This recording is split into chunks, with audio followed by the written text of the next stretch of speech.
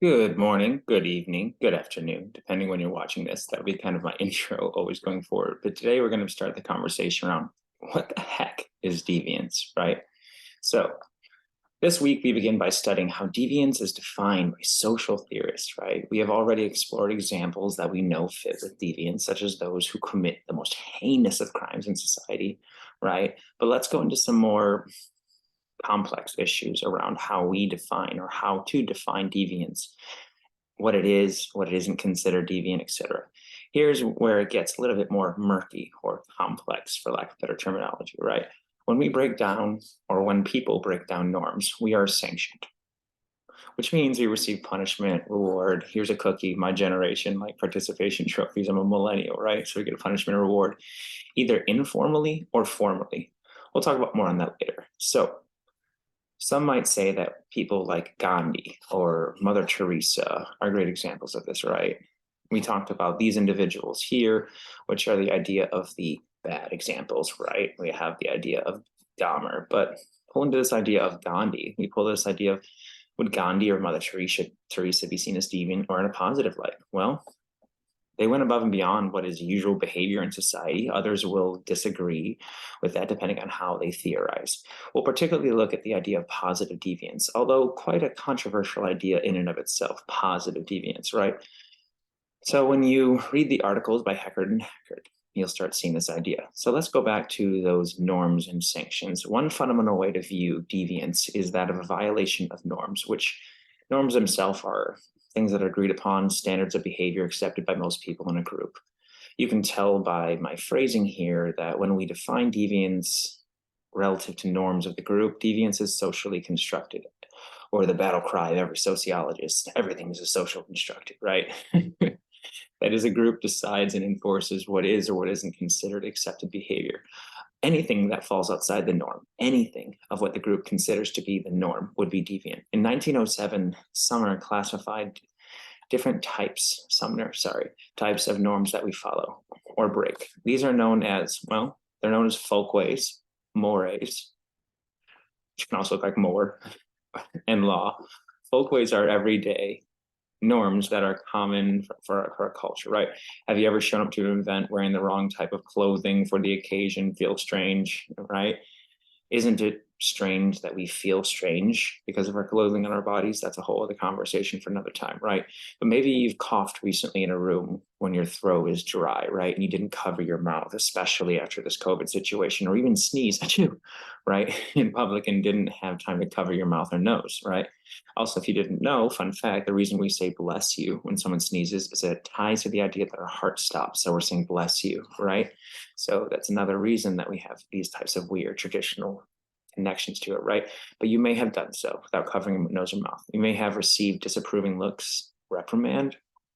That's because you've broken a folkway. Now, mores are more serious norms that threaten society, right? It threatens the social order when broken, such as violence, cheating on a partner, stealing, drug abuse, and the like. Anyways, et cetera, such stuff like this. Here we can also discuss taboo, right? Which is more of a super more, things that are very more commonly seen with a negative light in general, right? So these are taken more serious in society, such as that of Jeffrey Dahmer, Charles Manson, people who broke these types of structures. Now, laws are formalized norms supported with formal sanction. Folkways, mores can become official laws, and when broken, a crime is committed. So let's look at some examples of that, shall we? Right, you have this idea of this photo right here, right? Looks like a great conversation, let me tell you, right? I always find this kind of funny, right? So you're doing the situation that these two people are enjoying their phones instead of each other's company at a restaurant. Might bring up the thought of, hey, yeah, I've done that, right? This breaks a folk way of spending quality time with the person you're with. Also, riveting conversation. Just want to reiterate that. We know it doesn't feel right when we realize we're doing this, and this may be, and you may receive disapproving look or word, but it also isn't against the rules unless there's a sign, right? Then you may have a formal sanction. This photo of coming right now of people burning a flag, it might be cringe at best, right? But the reality is a little harder to see for many people in American society. Technically, this is not against the law, but it breaks a more. It threatens a collective belief. So neither the situation in the last two photos are sanctioned with formal laws. More often than not, they're not, right? So we wouldn't call either criminal, even though we can say they are deviant for sure. There is an overlap between crime and deviance, but they are independent concepts. Violent crimes are both deviant and criminal. Deviants such as obesity, unwed pregnancy, dwarfism, or furries, for example, people who dress up in animal costumes are not criminal, but are deviant.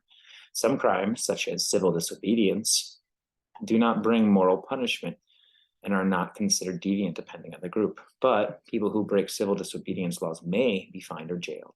Smoking marijuana, especially right now with the legalization, recrealization of that, is becoming more accepted in certain settings now that it is legal for medical or recreational use in a number of states. It has always been a thing to smell weed on campus at places like ASU, right? Like this is just a known reality. But now with recreational laws passed, many times I will smell that a student of age and not in the classroom may have the smell around them, and it doesn't occur the thought of delinquency for me, but someone who engages in a practice that is legal or for recreational consumption.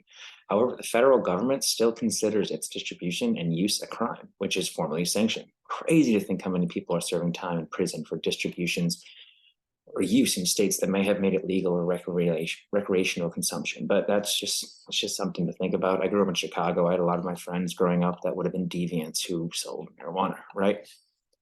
So this brings in the bigger conversation. What's deviant and criminal, and what's deviant but not criminal? What's criminal but not deviant, right?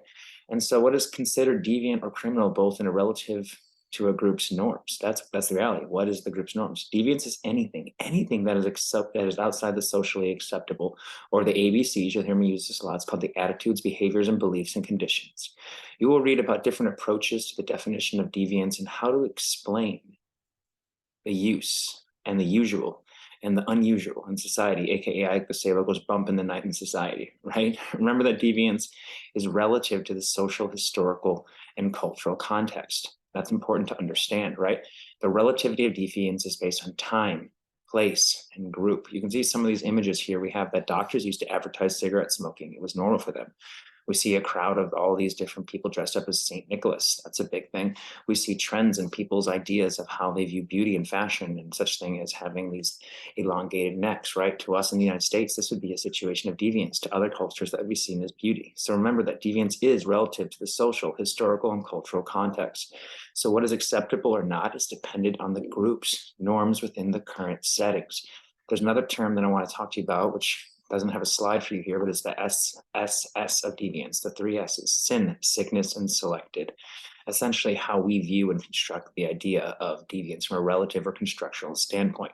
What is deviant? One group may not be deviant in another. This is also known, if you think back to Social 101, cultural relativity. And so we look at this idea of understanding that it's as easy as ABC or 1, 2, 3. Let me quickly move away from this little point right here, right? So you can see this idea. Oh, the relativity of deviance is relative to time, place, group, social context, historical context, and cultural context, right? ABC, it's easy as 1, 2, 3. Also, it's how we look at the deviant attitudes by how their attitudes, their behaviors, their beliefs, and conditions make a understanding of what deviance is. So as we're looking at these structures, these situations, these understandings, understand that not everything is easy as a quick definitional statement, right? You have to take in the history, the context, the situation, the groups, the norms, the behaviors. Is it a folkway? Is it a moray? Is it a super taboo? Is it something that some people hold to a higher group degree or not?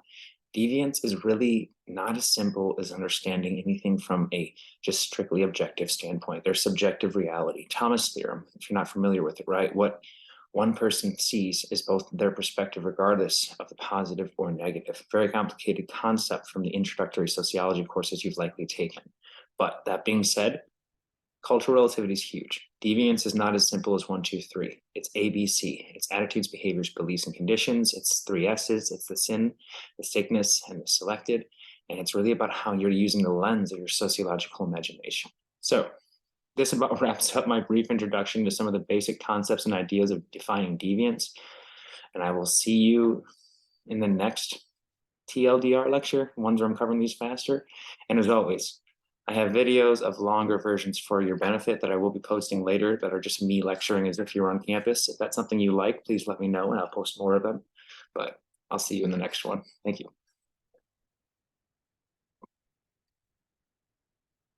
And make sure to do what it says.